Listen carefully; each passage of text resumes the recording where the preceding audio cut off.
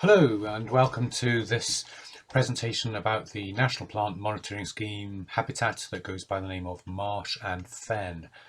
I'm Ben Averis and I'll be taking you through a kind of illustrated tour really through different examples of this habitat type. And here's one example. This is some quite nice rush mire in Fife in Scotland.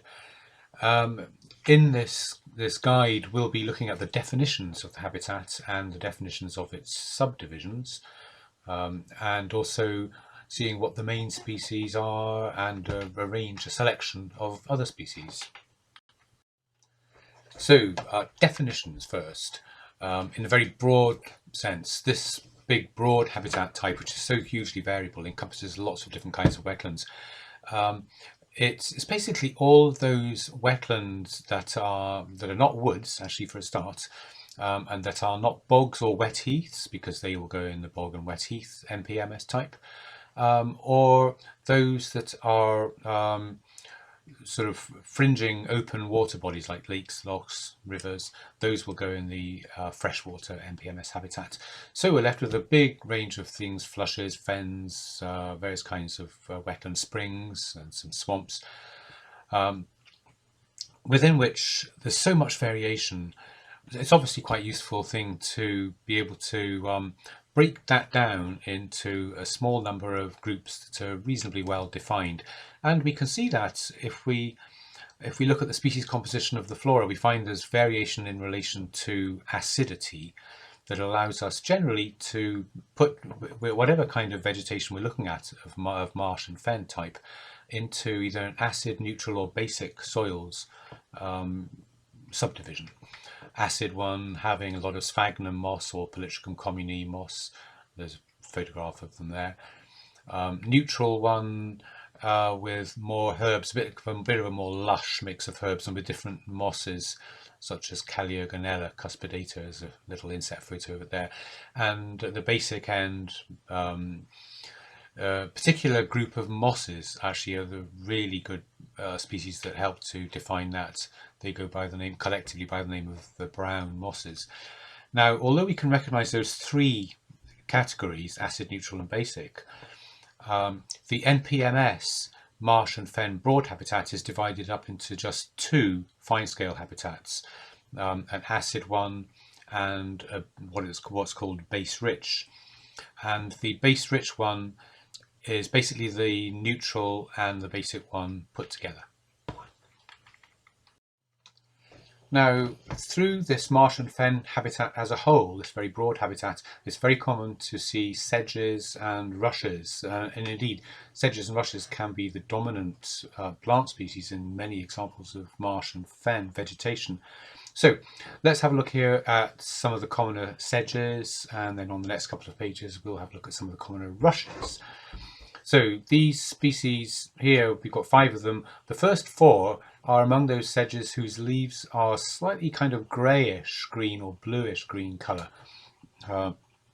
And the first 3 there, common sedge, carnation sedge and glaucous sedge, are sort of medium-sized sedges, small to medium-sized even, whereas bottle sedge is a bit bigger. Common sedge, starting at the left, has rather narrow leaves that are held quite upright, and its female spikelets, you can see a couple of them there in the photo, were also held upright and close to the stem.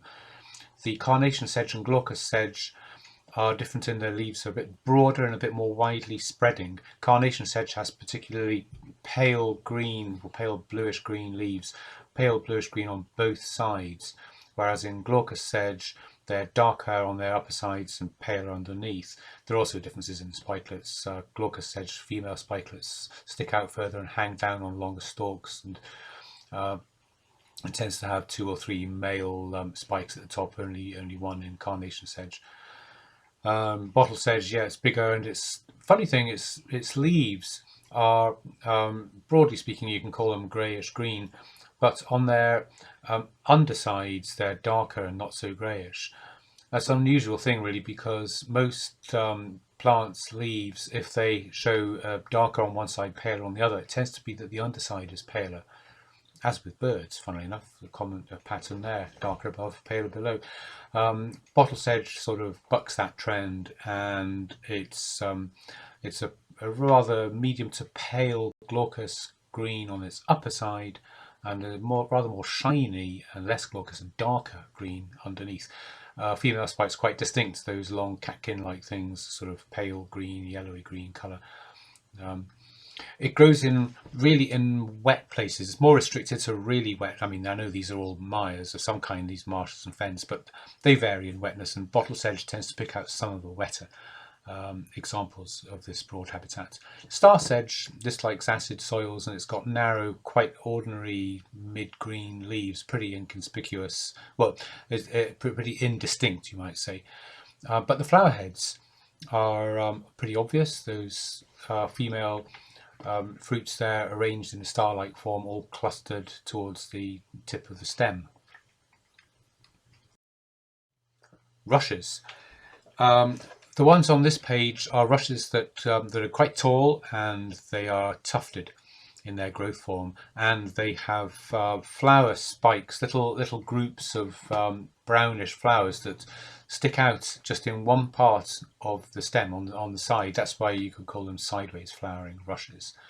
And the commonest one overall is soft rush, photograph of a tussock of it on the left. Its stems feel very smooth. They've actually got tiny longitudinal ridges on them, but they're so shallow you can barely see them, and you can certainly not really feel them as well. If you feel around the stem, it feels smooth. Compact rush is quite different in that its flower head is really dense and compact, as in that photo there, and if you feel around the stem you can feel distinct ridges running up and down. Hard rush, different again. It's a rather more openly branched flower head, and its stems are greyish green and ridged as well, with those longitudinal ridges. Hard rush goes for on the whole soils that are more basic than the habitats of the other two species. Soft rush, it likes it, say, from acid to neutral, and the same true for compact rush, but hard rush sort of neutral to base rich. These rushes are what you could call top flowering ones, because the flowers are in a more open branched cluster up at the top of the stem, and some of the commonest ones that we see around are Juncus acutiflorus, the sharp flowered rush, which can form great big patches, very conspicuous thing. And down in the south, well, just about coming up to the southernmost parts of Scotland, the blunt flowered rush, which looks similar. Sort of a bit paler, those flowers, and sticking out in a bit of a more angular way, the branching in the flower head.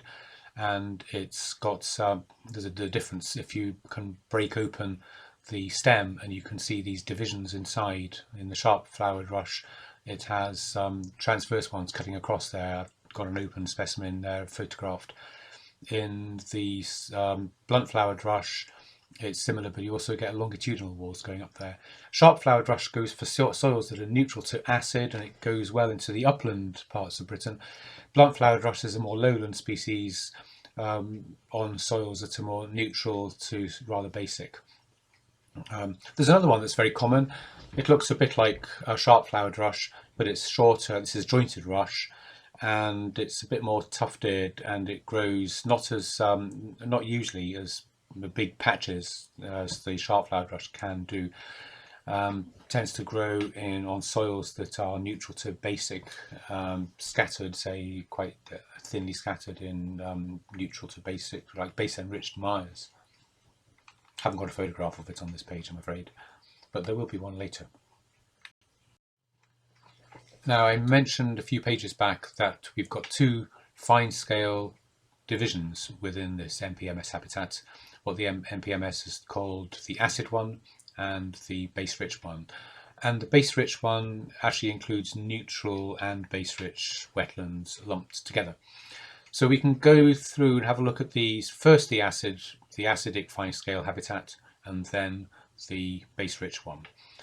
And actually, yeah, we should remember with the acid one that this doesn't include the bogs and wet heaths. If we're in some kind of acid wetland place and we've got a lot of heather, cross-leaved heath, deer grass, cotton grasses, and certain sphagnums, we'll be looking at bog. which is in the bog and wet heath broad habitat. Okay, so there's a couple of photographs, by the way, of some acid vegetation, acid wetland, a spring and a sedge mire underneath. You can't see very much growing among the sedges. It's one feature of a lot of these wetlands, by the way, is that from a distance, as viewed, a bit of a distance, as viewed in that lower right-hand picture, we can see there's a load of sedges there. We can't always classify the vegetation into one or other of the fine-scale habitats on the basis of that kind of view, even on the basis of which of the sedges and rushes is dominant in many cases. We often are best to look at the lower level of the vegetation, the lower layer of mosses and liverworts. And here we have some of the characteristic species of the moss layer of acid mires, acid wetlands of various kinds in this marsh and fen habitat, the acid fine-scale habitat. Sphagnum mosses, there's quite a lot of different sphagnum mosses you can get here.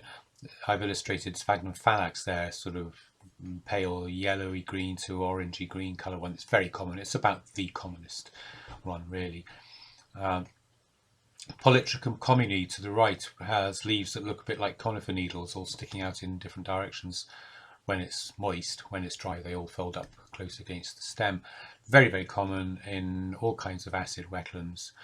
The other one's underneath, Aulicomnium palustri. That's a nice moss. It's got very pale green leaves which contrast in their colour and their darkness with what looks like dark brown stems, but the stems are actually a bit narrower than they look in that photo because they're covered with a kind of darkish brown or reddish brown fuzzy, like some a lot of little things that we call tomentum. It's like sort of felty stuff that makes the stem look thicker and darker, in contrast with the leaves. The other one, Philanotis fontana, pretty common in a lot of acid wetlands. It's got very short leaves massed along the stem quite close to each other, so it kind of has a rather stringy look because the stems aren't that branched. And here are some herb species that are very common in these acid wetlands. Marsh violet. If you find any kind of violet growing in a wetland that's got species like sphagnum mosses or Polytrichum commune moss, it's very likely to be marsh violet. Its leaves are a bit rounder and they can get a bit bigger as well and a brighter green than the leaves of some of the other violets, such as the common dog violet, which is really common on rather better drained ground. Flowers relatively small for a purple coloured violet. Yeah, it's a very common plant in acid mires. Tormentil is likewise, it's common in such a wide range of acid vegetation types, heaths, bogs, grasslands, woods, you name it. It's not surprising that we can find it in acid, rush and sedge mires and things like that.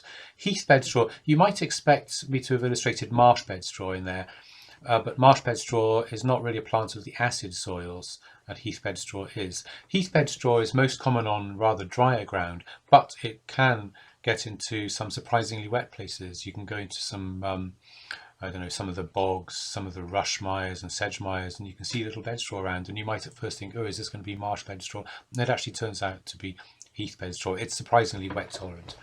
Lesser spearwort at the right, that's a kind of buttercup, except its leaves, well, it's in the same genus as buttercup, and its leaves are, as you can see, they're quite narrow and they're not cut up into lobes as the buttercup, most buttercup leaves are, and they're not hairy either, like a lot of buttercups are. And it likes very wet, all sorts of wet places on acid soils. So that was a few species characteristic of these acid mires. Now here's a few photos of examples of vegetation types belonging in this acid fine scale habitat category. Starting at the top, as it were, at the top of wetland systems, that is springs. Here is an example of an acid spring with various mosses, including some of those paler bits in the foreground. Looks like Philanotis fontana. So that's an upland acid spring. In some of our acid springs, we can also find liverworts. There's a close photograph here that my wife Alison took. She took it to show this rare Saxifraga riviolaris on the left, up in the mountains. But it's also a good photo of Scapinia undulata, that sort of purpley green liverwort, which is really common in a lot of the acid springs and flushes too, some of the flushes. Here's a spring, an acidic spring in the mountains in Sutherland. You might think that was just a kind of dull blackish soil there that we're looking at, but in fact if you look close you can see it's got a kind of silvery, we can't see it in this photo, but if you were there and you did look close, it's got a kind of silvery sheen to it, and when you look closer still you can find there are lots of very, very thin branched stems, little shoots there, and you'd have to look even closer than that to see the individual leaves, which are absolutely tiny. It's a thing called Anthelia dualacea. So that's an Anthelia spring. It's rather montane, acid spring kind of vegetation. It's a lovely plant, really. It's like you know, when you actually see the real silver colour of it, it's like silver, some kind of silver of the mountains that nature has made for us. This is that same view we saw, but I've sort of blown it up a little bit here, of a sedge-dominated bit of a flush, really, in up in Sutherland here.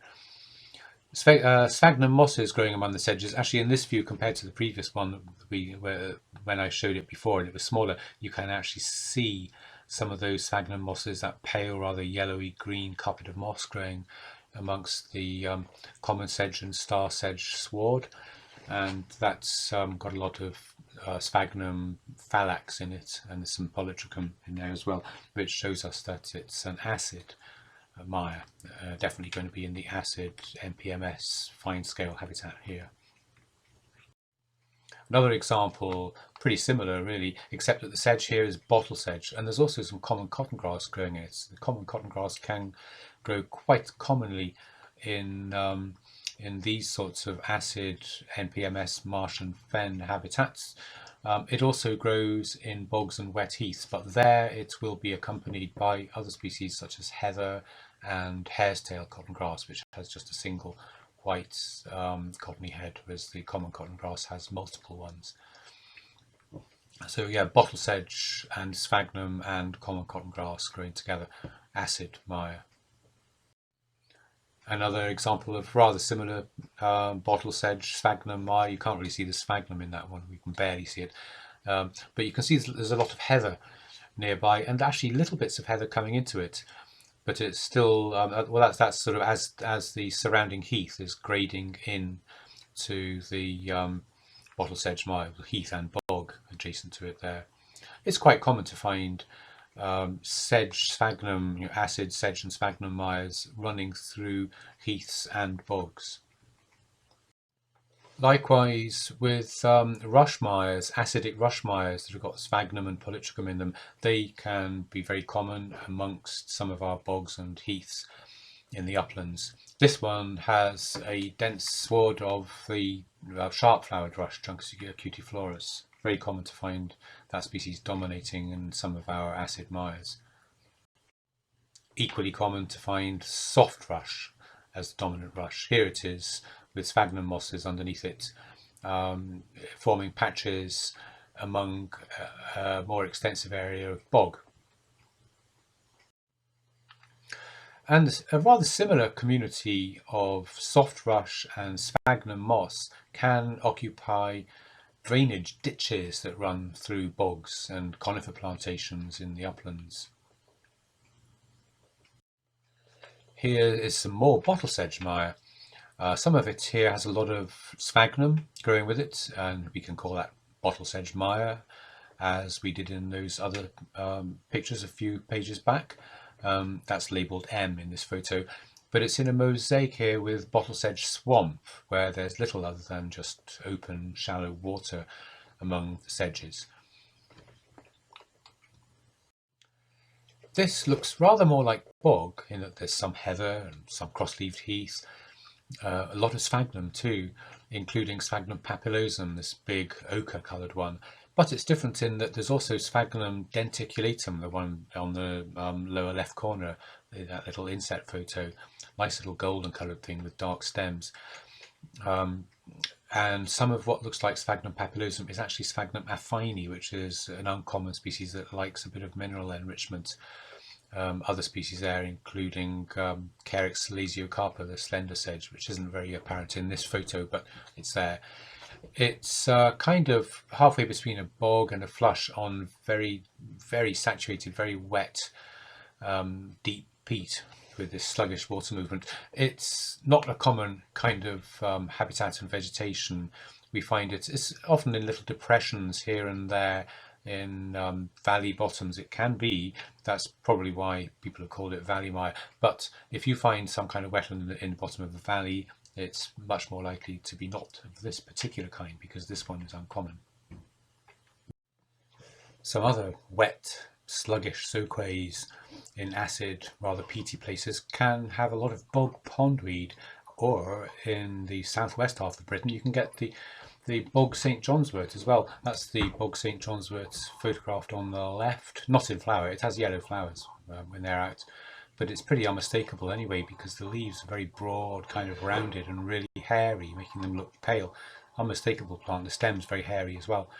The bog pondweed leaves, sort of shiny, hairless green colour, are also in that left-hand photo as well, and then a load more of them forming a kind of carpet in the shallow water on the right-hand photo. You get these soakways with these species running through other kinds of mires, like rush and sedge mires, running through bogs and wet heaths.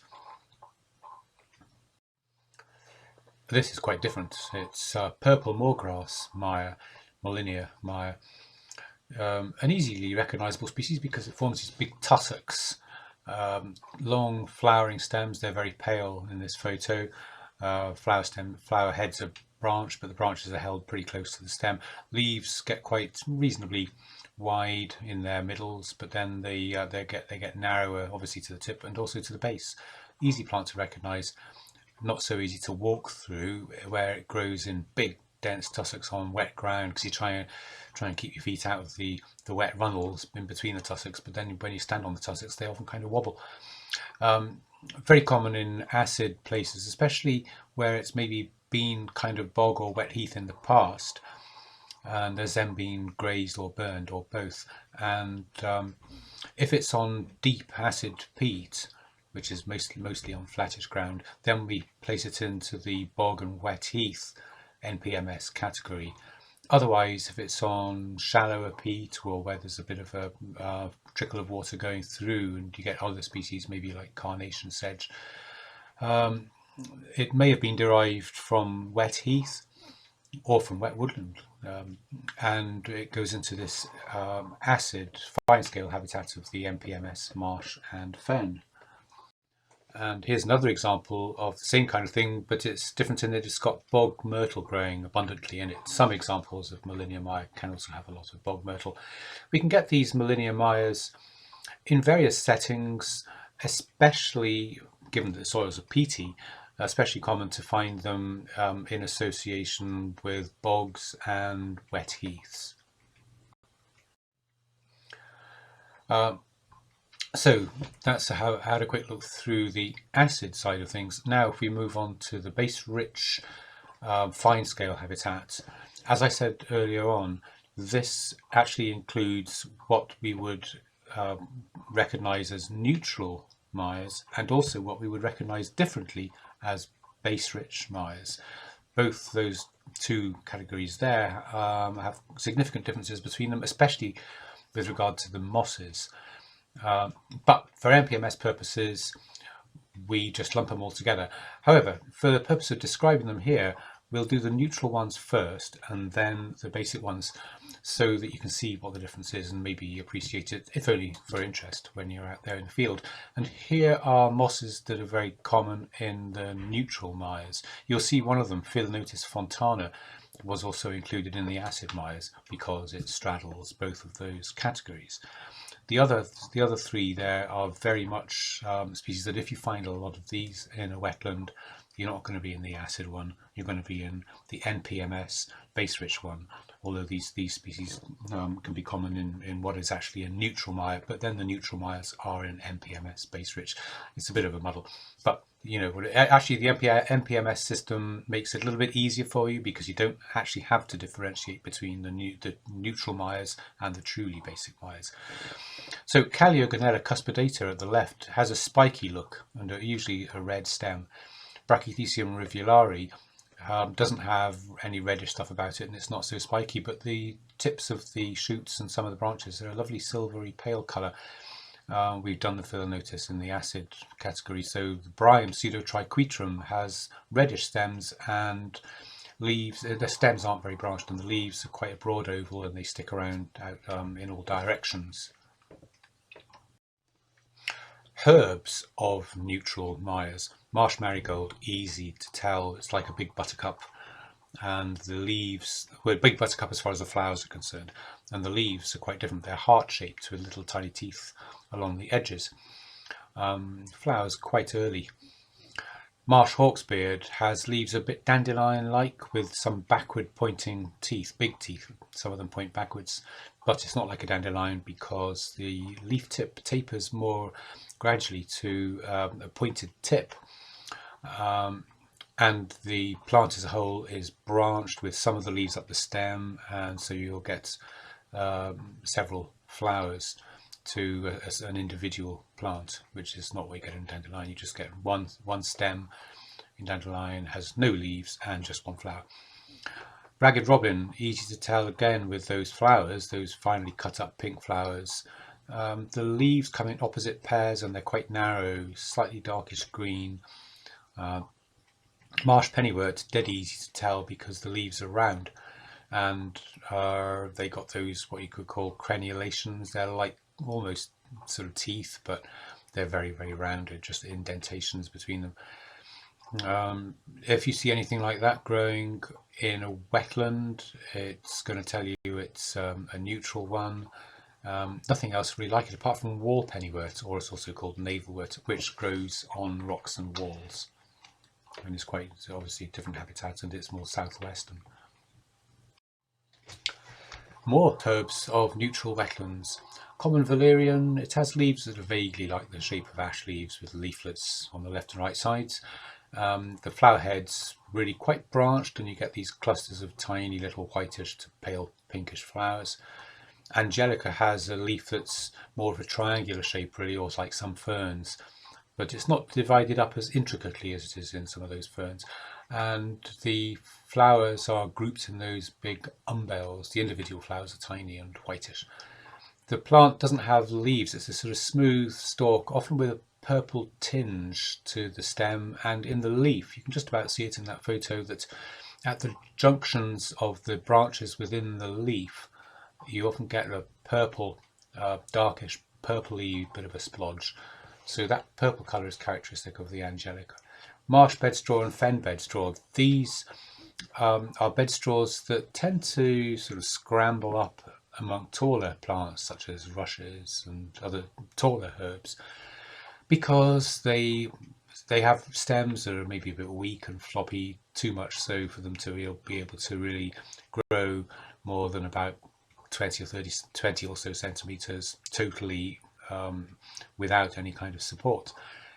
They've got a rather rough texture because of tiny little prickly hairs that stick out along the stems and also around the edges of the leaves, and those hairs point backwards. So that helps them to get a bit of a grip, a bit of a sort of hold on something. The flowers are very small and white in little clusters. They differ from each other in that the marsh bedstraw's leaves are bluntish tipped or very shortly pointed and only 4 to 6 in a whorl, whereas the fen bedstraw has more leaves in a whorl and the leaves are more sharply pointed, quite different looking really. Fen bedstraw is not quite as common as marsh bedstraw. Yet more herbs of wet neutral places. Marsh thistle has a purplish tinge, because there's a kind of darkish purplish edging to the leaves, a very, very fine narrow lines sort of following the ins and outs of all the lobes, and also going up and down the stems too. Flowers are a little bit darker than in our commoner thistles of drier places too. Water ravens has unmistakable flowers, those dangling, drooping things of a colour, difficult colour to really describe, really, sort of dull, orangey, peachy, pinky colour, and they don't open out very wide. That might look a bit sort of sad, drooping and not opening right out, but they're very pretty, actually, very, very attractive. The leaves have little leaflets on left and right sides, not that many pairs of them, and then a bigger leaflet at the end. That is the leaves at the base of the plant. The leaves further up the stems are not so intricately or so heavily divided up. Yellow flag has these tufts of tall, hairless leaves that are all kind of flattened in one plane, and those great big flowers, you couldn't mistake that for anything else. Meadow sweets. Leaves of meadow sweets are unmistakable because there are little leaflets on the left and right sides in pairs, and then another one at the end. And lots of plants have that, of course, but the leaflets in between those leaflets, there are absolutely minute, sort of like things that are trying to be some kind of leaflet, but they don't get very far. Miniature, minuscule things. So that really identifies it straight away. And the leaf stalk is a reddish colour. And then when the flowers are out at the tops of the stems, it can be quite tall. Then you have these clusters of creamy white flowers with a nice smell to them. So easy plant to tell. More gain. Well, you know, you get a lot of herbs in wet, neutral places. Bugle, creeping stems with little oval leaves, tapering gradually to their bases and a few teeth along their sides. Nice tall spike of blue flowers. Opposite leaf golden saxifrage, you're not going to really mistake that for much. Roundish leaves with a few blunt little teeth or crenulations around their edges and little yellow flowers. Marsh valerian, not on the same page as the common valerian, well, they're a few pages back, but it looks so different. The basal leaves are not divided up in the shape of ash leaves like they are in the common valerian. They're just a very simple, oval, untoothed green leaf with quite a long stalk. The leaves up the stems actually are getting lobed with leaflets, with lobes rather than leaflets. They're almost leaflets on their left and right sides. Little clusters of very, very pale pink flowers at the tops of the stems. Marsh cinquefoil, if that's in flower, you'll never mistake it because there's very dark, sort of purplish flowers. Yeah, another funny colour to describe, really. Anyway, the leaves, you get 5 leaflets, 3 all coming from the same place at the end, and then the other 2 just a bit further back. That's an easy thing to recognise. The leaves can get a moderate size as well. Meadow buttercup, it's actually commoner in drier places, but I've put it in here because it's listed as one of the NPMS fine scale habitats positive indicator species. In fact, all of these are on this page. Ordinary buttercup-like flowers and a starry leaf. What more can I say? Well, I could say more, but I won't. Talking of buttercups, less spearwort, which we had on the pages for the acid mires.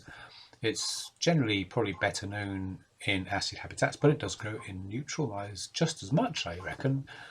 At least, or almost all just as much.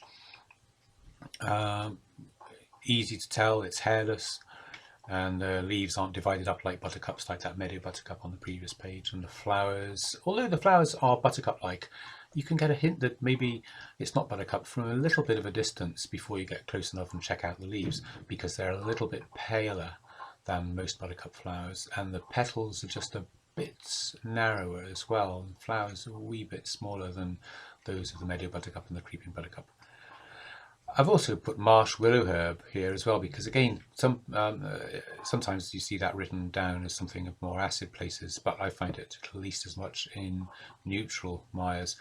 Very narrow leaves in opposite pairs, and then these little very pale flowers at the top. It doesn't grow that big, really. It doesn't grow that tall. those were some species. We've had enough of those species probably by now. So we can just have a look at some pictures of actually the vegetation itself. Again, as we did with the acid ones, starting at the top, the springs, and then working down. So here's a spring, it's quite a mossy spring. Most of our springs can be pretty mossy, an awful lot of them are. Whether they're on acid neutral or basic soils, or if the water is acid neutral or basic. Although having said that, here's one that's more, if anything, herb and grass dominated. There is still a lot of moss in it. It's more of a diffuse looking spring. It doesn't stand out so much from the surrounding grassland. There's a lot of little marsh marigold growing quite small in there. Sometimes marsh marigold, even though it's quite a big plant, sometimes you can find really quite miniature specimens of it growing in the hills. The mosses there, by the way, are Calliogonella, and some of that Philanotis. The paler green one is the Philanotis, and the Calliogonella is the more goldeny coloured one. Down from the springs we get longer flushes, which can share some of the species we've just seen in these in the springs, but they tend to be better vegetated with vascular plants, grasses, sedges, rushes, and taller herbs. So in there we've got a lot of the species we've already seen in these previous pages. Ragged robin, that pink stuff, the little yellow flowers in the front, that's looking like lesser spearwort there, and there's the leaves of the iris, there's tufts of soft rush, and there'll be quite a lot of other stuff in there, sedges and various mosses underneath, hidden away under them. A very nice, rather floristically rich, neutral sedge and rush dominated, sedge rush herb dominated flush. Those flushes can widen out when they get a bit lower down, or onto where the topography permits, wider sort of basins, or coming out into valley floors with similar kind of vegetation really. The top two photographs have got a rushy kind of mire, a bit like the one that was the very first photograph that we saw in this whole presentation actually. And in fact the top right picture is of that same place. It's a cropped one from that, yeah. The rushes in question there are mostly sharp flowered rush, Truncus acutiflorus, which is not as tufted as the soft rush. And the flowers in there include meadow buttercup on the left and orchids. You get various orchid species growing in these neutral mires, quite a wide range of them. One on the right's got some ragged robin in it, in that photograph, the top right. The one underneath is more of a sedge mire with a lot of these same herb species that we've seen already. There's water avens in the foreground in the lower right corner, leaves of meadowsweet in there, there's meadow buttercup, really quite rich, with the swards of those long leaves of bottle sedge mixed in with everything. It's a kind of very herb rich neutral sedge mire. Here are some more rush mires. These are down south on what would appear to be neutral soils again, as judged by the flora. The photograph on top is a sward of blunt flowered rush, so it's a more southern species. It looks a bit like sharp flowered rush, as we saw much earlier on. Some meadowsweet there and a bit of hempagrimony in the foreground. The one below it is mainly hard rush. Again, we saw the photo of that earlier on, a more tufted rush with flowers at the side of the stem. A lot of meadowsweet growing in there, and also there's some hempagrimony in it as well, I can see, and there are a lot of other things at that site. In fact, I can see them, yeah, marsh helleborine in the down towards the bottom of the bottom picture. There's quite a few spikes of that. As we've just seen some examples of rush-dominated neutral wetland that belongs, of course, in the base-rich fine-scale habitat of this NPMS habitat, it's maybe useful just to see an example of something that looks rather similar but isn't, because it's more grassy basically. And that extra grassiness will place it into the neutral damp grassland fine scale habitat of the lowland grassland broad habitat in NPMS terms. The difference is really down to the proportions of grasses, especially grasses such as creeping bent, Agrostis stolonifera, Arenatherum, the false oak grass, red fescue, Festuca rubra, Deschamptia cespitosa, the tufted hairgrass, and Holcus donatus, Yorkshire fog. Those sort of grasses can do very well, obviously on neutral soils and in places where it's damp, some of them mainly where it's a bit damper. So it's not surprising to find rushes and some of those wet-loving herbs growing with them in those habitats at the damp end of the lowland grassland category. So obviously the one will grade into the other, and as with any kind of habitats, the divisions aren't abrupt and they're not always very clear. But yeah, this is an example here of a relatively rushy form of that damp neutral grassland that doesn't belong in the marsh and fen NPMS habitat type.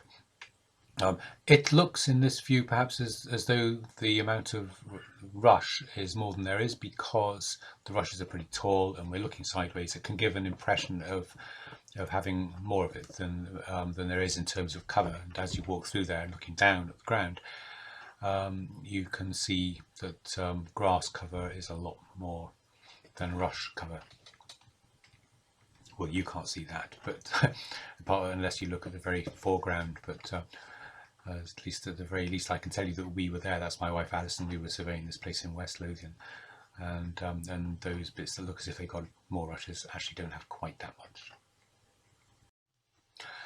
Meadowsweet dominates in some neutral wetlands, mainly where it's not very grazed, because the meadowsweet's a very palatable species, very palatable to animals such as cattle and deer. And if they get in there, they'll eat it away, and that will leave more space for grasses and rushes and sedges to grow, especially rushes and grasses. And what we can see sometimes is that on the same kinds of soils, it might be either side of a fence where it's more grazed on one side, less on the other, that we have meadowsweet dominated wetland on the less grazed side, and rush dominated, very common to find on the more grazed side, with bits of meadowsweet among the rushes, of course, but the balance between the species affected by grazing, because the rushes aren't so palatable. And this is vegetation consisting largely of yellow flag. We find patches of this very distinctive kind of vegetation, pretty unmistakable with all those masses of leaves, mainly along the western coast of Scotland, the West Highland coast and the Hebrides, also the north coast and other western coasts of Britain and Ireland, and very rarely further east. Other species growing in here, we can find a lot of the species we've already seen. We get in these sort of places: Angelica, a bit of meadowsweet, marsh thistle, those kind of things. And we had a picture a bit earlier on under the acid category, the acid fine scale habitat of purple moorgrass vegetation, and it was just a fairly uniform looking mass of tall tussocks of Molinia, purple moorgrass. Well, this is a much more species rich, herb rich kind of Molinia vegetation, because it's on soils that are not so acid, more or less neutral. You get it in places where there's maybe some kind of flushing, like actually in this location there's flushing from limestone further upslope, and by the time it gets down to this level it's mixed in with the peaty soils, and it's sort of, you get a more or less neutral wetland flora. Loads of herbs in it. It's really very rich. Those yellow dots in the middle distance, that's globe flower, a whole lot of Trollius, not a very common species. There's also a lot of water avens in the foreground. There's some meadowsweet, again the fairly typical assortment of mesotrophic herbs. That looks very colourful, didn't it, and very lush. This is what is, by species composition, really the same category of vegetation, certainly if we did it by the National Vegetation Classification, we get to the same place here. It's a different time of year, it's in October, and it's a bit more grazed, so all that flowery stuff is either not flowering because it's more grazed, or it's gone over. But yeah, it's still quite herb rich. It looks fairly ordinary, but if you get in there, you'll find low growth old plants or non-flowering plants of all sorts of species. It's actually really very rich. Here is some much taller vegetation with a whole lot of Phragmites, the common reed, growing with meadowsweet that's been growing very tall and flowering very well. It doesn't look like there's very much grazing in there at all. Yeah, a lot taller than some of the other things we've seen just a few pages back, but because of the species composition of the flora, which evidently reflects neutral wet soils, it belongs here in the base-rich fine-scale habitat of marsh and fen. As does this, which is kind of similar in a way structurally, but the big tall grass is Phalaris, the reed canary grass, as opposed to the common reed. Both the Phalaris vegetation and the Phragmites, common reed vegetation, are also found very commonly fringing water bodies. In those places they will be NPMS freshwater habitat. This is another kind of tall vegetation that comes into the same fine-scale habitat as we've just been looking at over all these last lot of pages. It's tall sedge vegetation. There are a number of different sedges that can grow very tall and form thick stands. This one here is Carex acutiformis, the lesser pond sedge. Another one could be the greater pond sedge, and various others. And they actually can have a very species poor ground flora, especially when they're in really wetter places. But for various reasons, like for example the soil preferences of the sedges themselves, or if only by default, the absence of species indicating acid or strongly basic conditions, then they would appear to be more or less neutral wetlands, and they would then come into NPMS base-rich wetland subdivision, fine-scale division of marsh and fen yet again. And here's an illustration of some of that wetland, not the last one we just saw, the sedge, but the one before it, the Phalaris dominated vegetation. Patches of it along the edges of a big river. This is the River Tweed. And here they would be classed within the freshwater habitat along with the river itself. So that has taken us through a reasonably good range of neutral wetlands. Even though they're neutral, I repeat, of course, that they are placed in the base-rich or base-enriched fine-scale habitat of NPMS Marsh and Fen. And these next lot that we're just going to look through now are still in the same NPMS type, but these are more truly base-rich. And one of the most sort of reliable indicators of the real base-enriched mires is the moss layer, the various species that we find there, which are known collectively as the brown mosses, which I always think sounds like the name of a band, but some of them are brown, others are golden, some are purplish tinged. We've got a range of them here, all different shapes. A lot of them are quite well branched. Many of them have leaves that sort of hook over to one side, as you can see there. Lovely plants, really are. And I won't go into the details of the identification of them individually, but the one that's one right from the right, or the fourth one from the left, but the Palastriella, that in particular can form really big patches in some of our springs, especially in the uplands, the calcareous springs. We'll see a photo in a bit of that species, so that's one that can be particularly prominent. Herbs, funnily enough, from comparing the acid mires then to the neutral mires that we looked at after the acid ones, we saw an increase in lushness of herbs, lushness of the vascular flora in general. Well, when we then go on to the more strongly base-enriched mires, we don't get a continued increase in lushness and big size of everything. In fact, if anything, it's going back the other way, smaller things, such as butterwort there with its unmistakable rather sticky yellowy leaves. Yellow saxifrage if you're in the right part of Britain, you know, the Scottish Highlands and the Lake District as well, you get it in flushes and springs. It's an interesting little plant. It's got yellow, obviously those yellow flowers are quite unmistakable. It's very low grown. Without the flowers, you can just about see the leaves. They're narrow, parallel sided. They've got hairs along the edges. They stick out all directions from the stem, and the stem can be quite reddish. I'm just telling you that because that is actually quite a distinctive appearance when you see it like that, but it's not clear from that photo. You can't get a photo of everything for one presentation, can you? Black bogrush. The only blackish or dark thing about it really is the flower head, the fruit head, which is sort of very dark brown, blackish brown. Otherwise, very it's quite pale. You know, patches of it tend to look pale because of the old dead leaves that can remain there for a long time and have that washed out colour. It's a tufted plant, grows in mires that are more or less base enriched, although the further west you go in Britain and Ireland, the more tolerant it actually is of rather acid places too. Common yellow sedge, a low grown sedge with relatively broad leaves, brightish yellowy green and little starry spikelets, a bit like those of star sedge, but the ones lower down the stem are more widely spaced and they have long bracts at their bases. That likes to grow in these base enriched mires, whereas the star sedge grows more in acid places. So yeah, I said that we'd have a photo of the big Palastriella moss, a big patch of it. Here it is in an upland spring in the hills of Argyll, calcareous spring.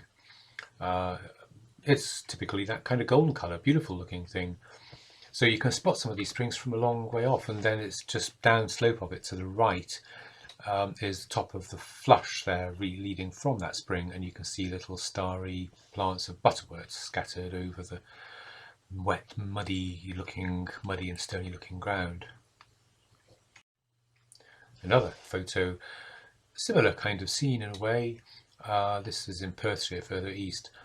A calcareous spring with that same moss, Palastriella commutator, forming big golden patches, and then a rather more stony spring coming from it this time, with patches of the yellow saxifrage, which doesn't have that many flowers on it here, but it's still quite distinctive, that saxifrage. Here's another little base enriched flush. This one actually doesn't look so obvious, does it? It's just like a little bit of opening out amongst the surrounding grassland. A lot of these base enriched flushes, including some that are actually floristically very interesting, are surprisingly, you could say, quite maybe dull to look at. They're kind of things that if you took a photograph of them, it might not be the most interesting photograph, and I think that can be said of this one actually. But when you look close, you'll find those brown mosses. You can see sort of browny coloured bits of moss in there, small sedges, the jointed rush grows in there, and little herbs and so on. Here's one that's standing out a bit more distinctively, the base enriched flush, again standing out more obviously from the surrounding wet heath. Because it's got a lot of black bogrush in it, and as I said before, the black is only referring to the little flower heads of the plant. The plant itself can look very pale, and it's those pale patches that are the black bogrush. When I mentioned a couple of pages back about how inconspicuous some of these base enriched mires can be, I could equally have shown you this picture. That white arrow points to a rather small area of base enriched sedge mire set amongst other kinds of mires and grasslands and heaths in the Lammermuir Hills. It's actually of pretty significantly high botanical interest, that base rich mire there, though you wouldn't know that from this distance. Even this distance, this is the same bit of mire from much closer in. But, you know, there's that sort of bottle sedge. It could be an acid or a neutral or a base-rich mire, for all we know, because we can't see the necessary details, mainly in the moss layer, to tell us which of those three categories it is in. So it could be at the opposite end. It could not be base enriched, it could be a more acid one. And if so, we'd probably be looking at sphagnum and polytrichum, just to repeat some of those species we had photos of earlier on. But no, didn't have those. And the fact that it's of significant interest, you might wonder what it was that was in there. Well, there were various brown mosses, and funnily enough, they included this species that is pretty rare. I was just doing some vegetation survey, some vegetation mapping of the whole bigger area of hill ground, and I came across some of this stuff, which is a pretty good find, really. And so that puts it into base rich NPMS category without doubt.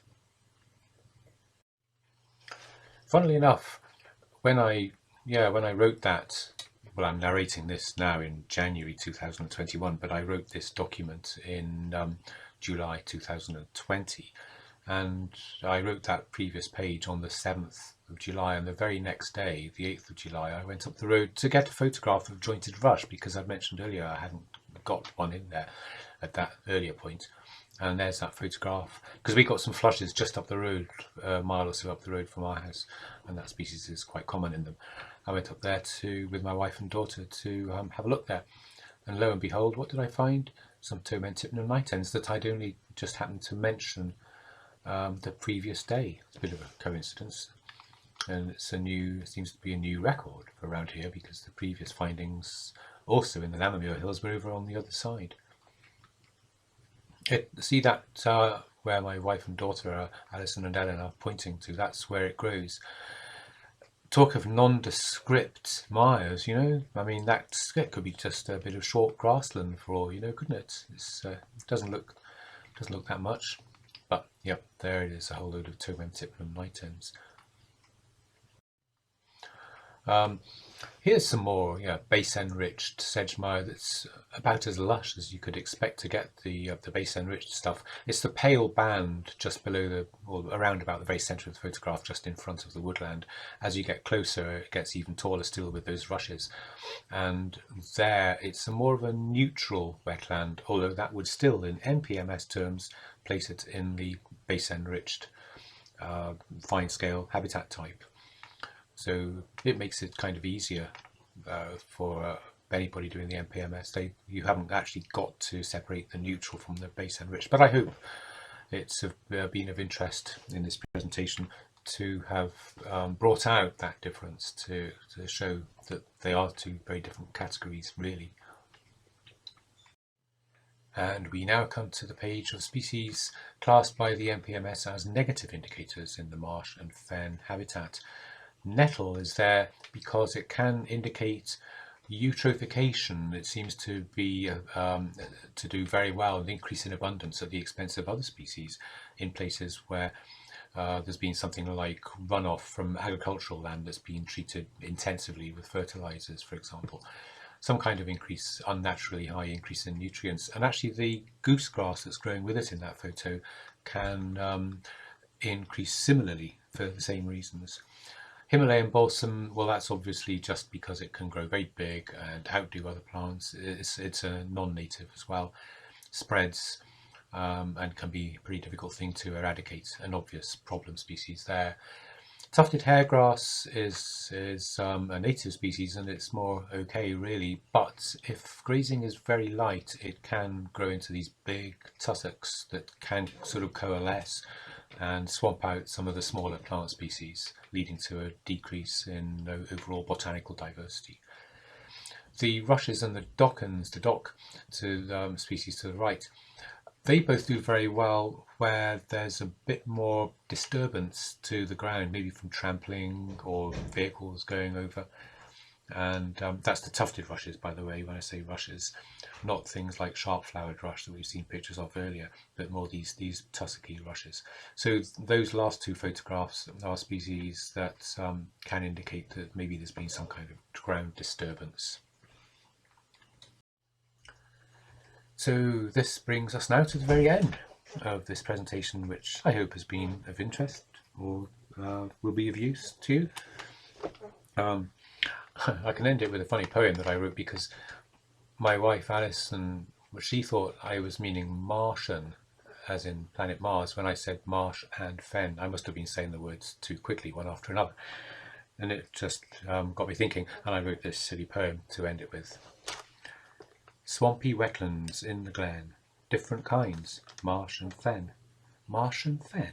Fens on Mars? Up there with all the other stars? Hey, it's a planet, get it right. But they're all the same, little and white. Little white dots in a big black sky, lots and lots, way up high. Okay, I know that Mars is red, with a little bit of snow on top of its head, and it ain't the place for marsh or fen, just rocks and stones and little green men.